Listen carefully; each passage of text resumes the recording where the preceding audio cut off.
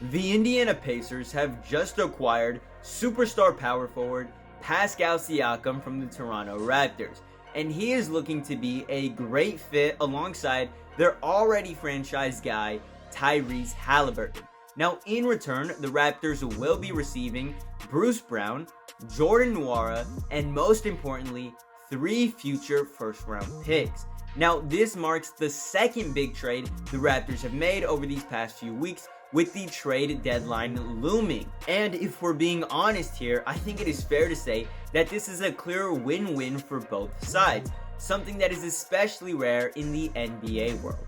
Now, if we take a quick look at the Toronto Raptors here, it seems as though the franchise is heading into a bit of a retooling era, centered around their future star, Scottie Barnes. Now, Scottie Barnes has been a great selection for the Toronto Raptors. He's looked fantastic. Of course, he's had his ups and downs in his very short NBA career, but he has shown enough potential for Masai Ujiri and the rest of the Toronto Raptors organization to bet their future on this man.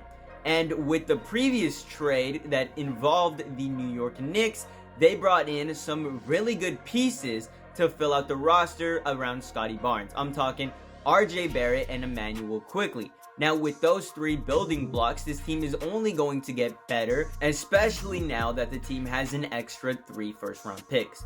I think it was very clear to anybody in the NBA world that the core that the Raptors had wasn't working out. I'm talking Pascal Siakam, OG Anunoby, and Scottie Barnes. And obviously, if that wasn't working out, some pieces needed to be moved. I mean, the Raptors currently sit at 12th in the Eastern Conference. And I know that there are a few bottom feeder teams, so the Toronto Raptors have a chance to make the play-in, and they might still do it with Scottie Barnes, but let's be real. They were not contending for a championship this season. So, retooling makes a lot of sense here. And that also means that Pascal Siakam is going to be going to greener pastures out in Indiana. I know that is wild to say, especially with how this franchise has looked as of recently. But with Tyrese Halliburton getting better by the day, it really seems like Indiana wants to make a push here. Currently, they are 7th in the Eastern Conference, but 2 more wins would put them in 4th place. And honestly, now that they have Pascal Siakam, the team has a very good chance at not only avoiding the play-in, but being a top team in the Eastern Conference. Now, their issue is that while they may be one of the best offensive teams in basketball, hell, some might say that the Indiana Pacers have the best offense in the NBA currently, their defense has been a bit lackluster. Hell, they rank bottom 5 in defensive rating, and that seems to be what's holding this team back from reaching the next level.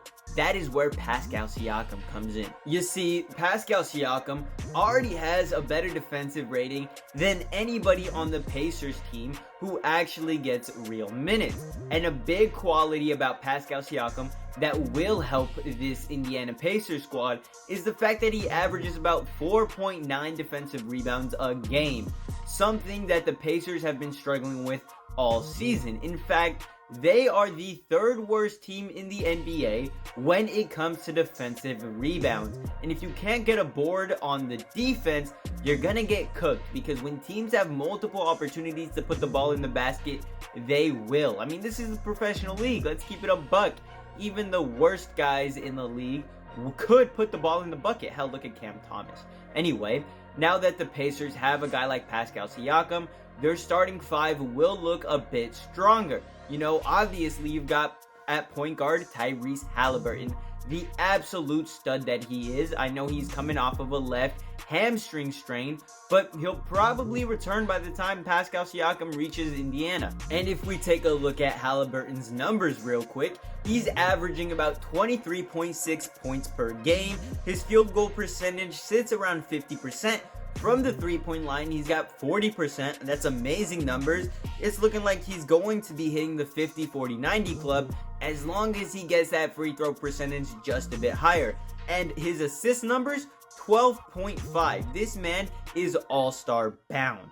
And of course, you know, he gets a few rebounds here and there, not as much as the Pacers would like. I mean, he averages about 4, so his numbers are really good.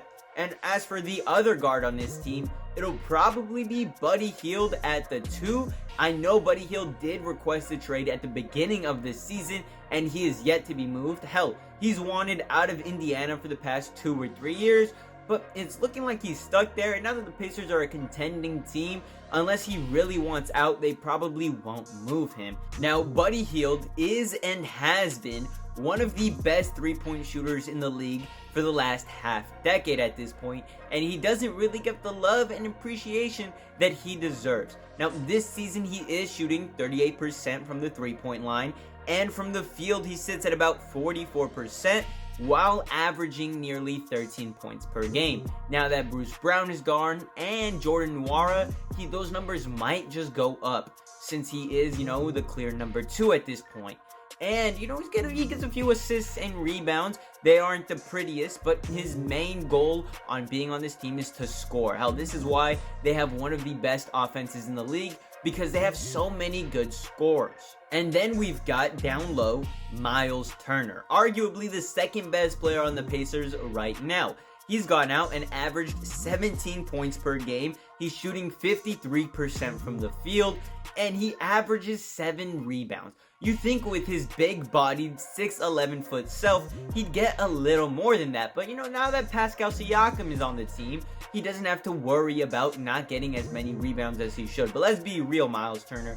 Sure, you are a great offensive threat, but come on, you could get the board numbers a little higher. And as for the last person who is starting on this team, it's probably going to be Benedict Mathurin at the small forward position. He himself, 14.6 points per game, one of the younger guys on this team, but he has been thriving in a very good offense ran by Rick Carlisle, who is in his 3rd season in Indiana, and this is looking to be his most successful. Hopefully, everything works out for the Pacers, because they haven't had the most success in recent franchise history. Hell, they haven't made the playoffs in 4 seasons at this point, and before that, they had about a 5 or 6 year stretch where they did, and they were constantly bounced out in the first round. So hopefully they do make the playoffs and go a little further this time. Now that there isn't a LeBron James to rule the East, this duo of Pascal Siakam and Tyrese Halliburton can take the Pacers a little further than they've gone for the past 2 decades. Hell, now that they have Pascal Siakam, they'll probably rise up a little higher in the standings, which means when the playoffs come around, they'll be sitting at the 5-4 seed possibly, meaning they'll play teams like the Miami Heat, New York Knicks, and Cleveland Cavaliers. 2 out of 3 of those teams, I believe the Pacers could take in a 7-game series and win. Obviously, when it comes to the second round, it will be a little harder. They may have to face a juggernaut like the Bucks or the Celtics, so we'll see when the playoffs come. I mean, when you make a trade for a player who averages 20 plus points per game, shoots above 50% from the field, and has a solid defense, your team is going to get better. Now, was 3 first-round picks a bit of an overpay? Maybe. But as long as Pascal Siakam re-signs with the team in free agency, all should look pretty good in Indiana.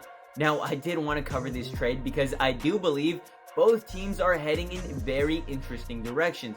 I mean, you've got the Toronto Raptors up north, who finally decided to get rid of that core that just wasn't working out for so long. Obviously, when they were led by a superstar like Kawhi Leonard, they could reach the very top. But, they came to realize that they didn't have that anymore. So finally, they get rid of that, and they're heading in a new direction. And now you've got the Indiana Pacers, who look like true contenders, especially now that Pascal Siakam's on the team.